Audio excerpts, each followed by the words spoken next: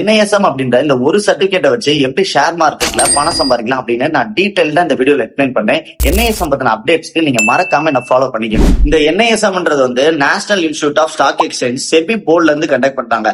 எதுக்காகனா ஒண்ணு மார்க்கெட்ல நம்ம ப்ரொஃபஷனல் ட்ரேடரா தெரியணுன்றதுக்காண்டி, ரெண்டாவது நீங்க பிசினஸ் பார்ட்னரா எந்த ஒரு புரோக்கிங் கம்பெனியோட ரெஃபரலையோ அத்தரைஸ்டு பர்சனலையும் நீங்க எடுத்து ஓனா நீங்களே புரோக்கிங் கம்பெனி பிரான்சிஸ் மாதிரி நடத்தலாம். இந்த பார்ட்னர் எடுக்கிற மூலியமா நமக்கு என்ன லாபம்னா, இப்ப நீங்க மட்டும் உங்களோட மணில ஓனா ட்ரேட் பண்ணிட்டு இருப்பீங்க.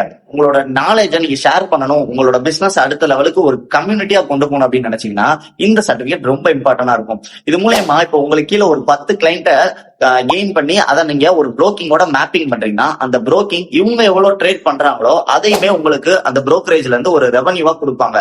இதெல்லாம் பண்றதுக்கு நீங்க ப்ரொஃபஷனல் ட்ரேடரா மாறணும். அந்த ப்ரொஃபஷனல் ட்ரேடருக்கு தேவையானது என்னன்னா இந்த NISM சர்டிபிகேட். சர்டிபிகேஷனுக்கான ஏஜ் லிமிட் இதுதான்.